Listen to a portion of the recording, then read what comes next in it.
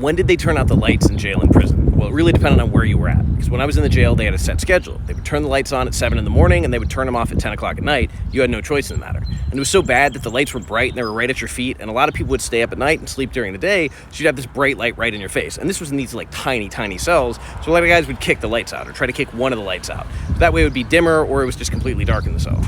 Once I got to prison, though, I spent the majority of my time in higher-level prisons where we had cells rather than dormitory, and we could control our own lights. We had one over the sink and one over the locker.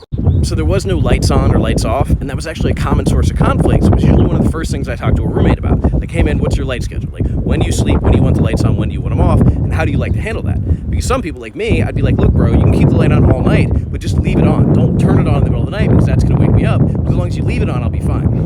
Other people would be like, yo, if you're going to do this, you have to hang a towel over it, or you have to figure out some way to mute it or put paper in front of it so it's not so bright. And all that was reasonable. It was just about communication. If people could communicate, they wouldn't have a problem.